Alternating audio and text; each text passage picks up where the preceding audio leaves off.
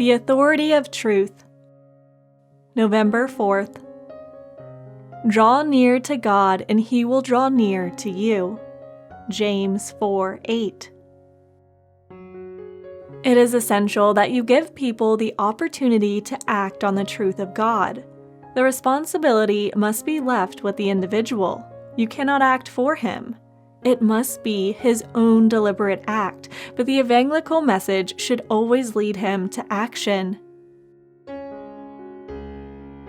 Refusing to act leaves a person paralyzed exactly where he was previously. But once he acts, he is never the same.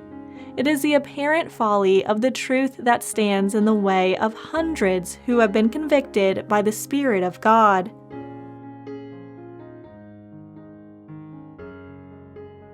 Once I press myself into action, I immediately begin to live. Anything less is merely existing. The moments I truly live are the moments when I act with my entire will. When a truth of God is brought home to your soul, never allow it to pass without acting on it internally in your will, not necessarily externally in your physical life. Record it with ink and with blood. Work it into your life. The weakest saint who transacts business with Jesus Christ is liberated the second he acts, and God's almighty power is available on his behalf. We come up to the truth of God, confess we are wrong, but go back again. Then we approach it again and turn back until we finally learn we have no business going back.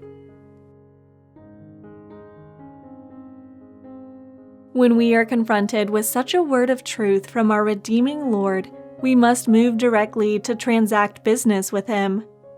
Come to me. Matthew 11:28. His word come means to act, yet the last thing we want to do is come.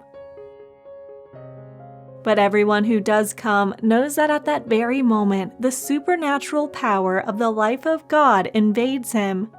The dominating power of the world, the flesh, and the devil is now paralyzed, not by your act, but because your act has joined you to God and tapped you into His redemptive power.